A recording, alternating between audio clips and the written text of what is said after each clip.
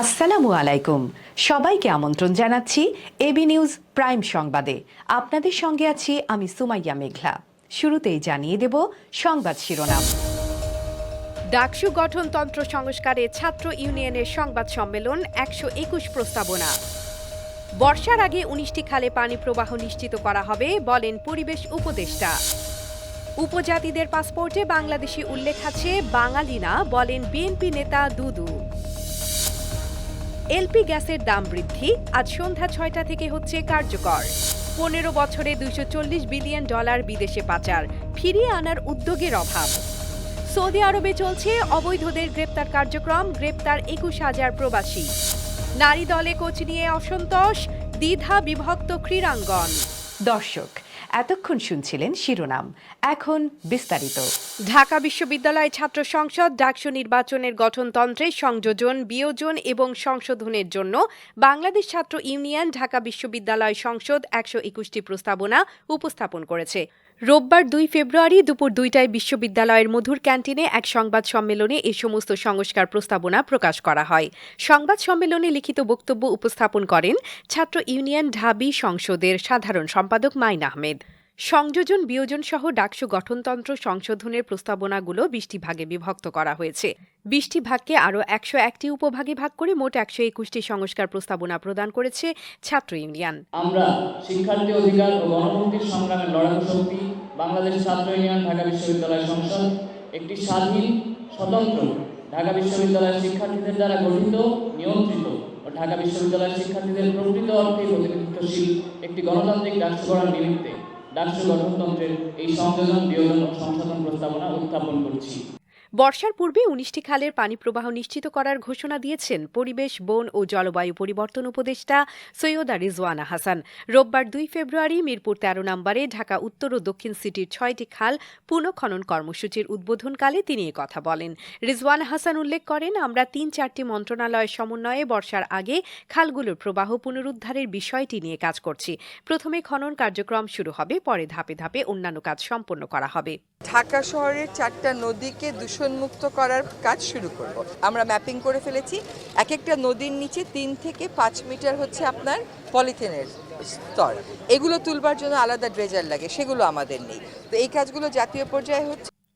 বিএনপির vice chairman Shamsuzzaman দুদু বলেছেন, আমাদের এই জাতিগোষ্ঠীগুলো একে অপরের প্রতি সম্মানবোধ না রাখলে সংঘাত অনিবার্য। পার্বত্যাঞ্চল ও সমতল অঞ্চলের সবাই কিন্তু বাংলাদেশি। রোববার ২ ফেব্রুয়ারি জাতীয় প্রেস ক্লাবের আব্দুস সালাম হলে বাংলাদেশ প্রফেশনালস আয়োজিত বাংলাদেশের পার্বত্য চট্টগ্রাম সমস্যা উত্তরণে রাজনৈতিক ভাবনা শীর্ষক আলোচনা সভায় তিনি এসব কথা বলেন। শামসুজ্জামান দুদু আরও বলেন, পার্বত্যাঞ্চল ও সমতল অঞ্চলের সবাই বাংলাদেশের নাগরিক। আমাদের পাসপোর্টে বাংলাদেশি উল্লেখ আছে, বাঙালি নয়। যদি আমরা বাংলাদেশি পরিচয়কে বুকে ধারণ করতে পারি তাহলে ৯০% সমস্যার সমাধান হয়ে যাবে। আদিবাসী, সংখ্যালঘু, পার্বত্য অঞ্চলের বিভিন্ন জাতিগোষ্ঠীর আলাদা আলাদা যখন পরিচয় থাকবে তখন অনেকগুলো বিতর্ক আসবে। এই জাতিগোষ্ঠীর প্রতি পারস্পরিক সম্মানবোধ এটি যদি না থাকে তাহলে সংঘাত অনিবার্য হয়ে দাঁড়ায়। পাসপোর্টে উল্লেখ আছে আপনি বাঙালি না, বাংলাদেশি হিসাবে। তো এখন এই বাংলাদেশি এই ভাবনা যদি আমি বুকে ধারণ করতে পারি, সমস্যা 90% আপনার মীমাংসা হয়ে যাবে। জ্বালানি তেলের পর এবার এলপি গ্যাসের দাম বৃদ্ধি পেয়েছে। ১২ কেজি এলপিজির দাম ১৯ টাকা বাড়িয়ে ১৪৭৮ টাকা করা হয়েছে। একই সঙ্গে গাড়িতে ব্যবহৃত অটো গ্যাসের মূল্য লিটারে ৮৯ পয়সা বাড়িয়ে ৬৭.৭৪ টাকা নির্ধারণ করেছে Bangladesh energy regulatory commission BERC. রোববার ২ জানুয়ারি নতুন এ দাম ঘোষণা করেন বিইআরসি চেয়ারম্যান জালাল আহমেদ। নতুন এই মূল্য আজ সন্ধ্যা ৬টা থেকে কার্যকর হবে। এ সময় অন্যান্যদের মধ্যে উপস্থিত ছিলেন সদস্য সৈয়দা সুলতানা রাজিয়া, মোহাম্মদ মিজানুর রহমান, মোহাম্মদ আব্দুর রাজ্জাক প্রমুখ। শেখ হাসিনার ১৫ বছরের শাসনামলে বাংলাদেশ থেকে বিশ্বের বিভিন্ন দেশে বছরে গড়ে $১৬ বিলিয়ন ১৬০০ কোটি পাচার হয়েছে। অর্থনীতিতে অনিয়ম ও দুর্নীতি তদন্তে গঠিত কমিটির প্রতিবেদনে এই তথ্য উপস্থাপন করা হয়েছে।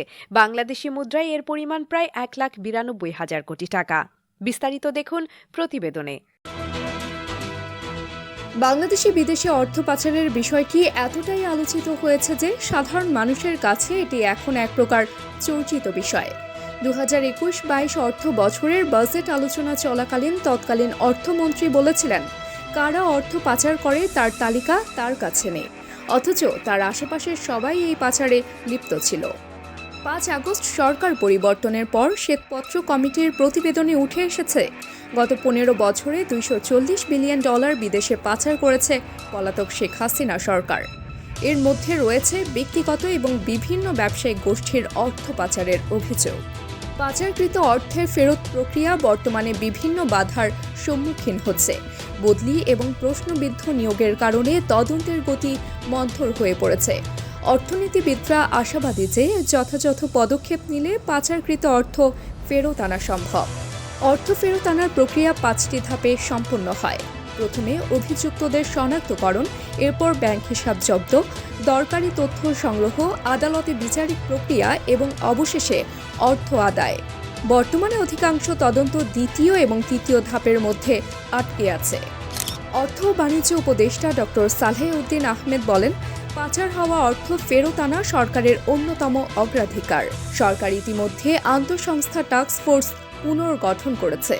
বাংলাদেশে অর্থ পাচারের এই অধ্যায়টি যেন একটি নতুন সংকটের সূচনা করছে।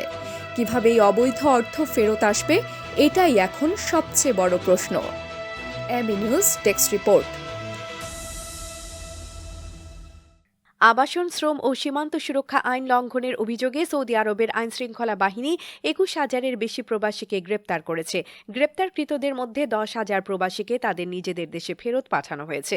রোববার সৌদি স্বরাষ্ট্র মন্ত্রণালয়ের এক বিবৃতির মাধ্যমে সংযুক্ত আরব আমিরাতের ইংরেজি দৈনিক গালফ নিউজ এই তথ্য জানায়। গত এক সপ্তাহে সৌদি আরবের বিভিন্ন স্থানে অভিযান চালিয়ে ব্যাপক নিরাপত্তা অভিযানের অংশ হিসেবে 21,000-এর বেশি প্রবাসীকে গ্রেপ্তার করা হয়। স্বরাষ্ট্র মন্ত্রণালয় জানিয়েছে, গ্রেপ্তারকৃতদের মধ্যে আবাসন আইন লঙ্ঘনের জন্য প্রায় 14,000, সীমান্ত নিরাপত্তা আইন লঙ্ঘনে 4,600 এবং শ্রম আইন লঙ্ঘনের অভিযোগে 3,000-এর বেশি প্রবাসী রয়েছেন। গত কয়েক বছরে আন্তর্জাতিক পর্যায়ে বাংলাদেশের ক্রীড়াঙ্গনের আলোকবর্তিকা হিসেবে নারী ফুটবলারদের ভূমিকা উল্লেখযোগ্য। তবে 18 জন নারী ফুটবলার ব্রিটিশ কোচ পিটার বাটলারের অধীনে অনুশীলন করতে অস্বীকৃতি জানিয়েছেন এবং তার কোচ হিসেবে থাকার অবস্থায় তারা ফুটবল ছেড়ে দেওয়ার ঘোষণা দিয়েছেন। স্বাধীন বাংলা ফুটবল দলের অন্যতম সদস্য প্রবীণ ফুটবলার শেখ আশরাফ আলী নারী ফুটবলারদের পাশে দাঁড়িয়েছেন। তিনি বলেন, এই মেয়েরাই তো মাঠে খেলে চ্যাম্পিয়ন করেছে। যখন কোচের সঙ্গে সমস্যা ছিল তখন ওই কোচকে পুনরায় তাদের সঙ্গে আলোচনা না করে নেওয়া কোনোভাবেই ঠিক হয়নি। এখন যদি এই মেয়েরা সত্যি শেষ পর্যন্ত না খেলে তাহলে তো আন্তর্জাতিক পর্যায়ে সাফল্যের ধারাবাহিকতা বজায় থাকবে না। দর্শক, এতক্ষণ আমাদের সঙ্গে থাকার জন্য ধন্যবাদ। সর্বশেষ সংবাদ পেতে ভিজিট করুন আমাদের ওয়েবসাইট www.abnewsinternational.com-এ। সেই সঙ্গে নিয়মিত ভিডিও নিউজ পেতে আমাদের ফেসবুক পেজ ও ইউটিউব চ্যানেলে চোখ রাখুন।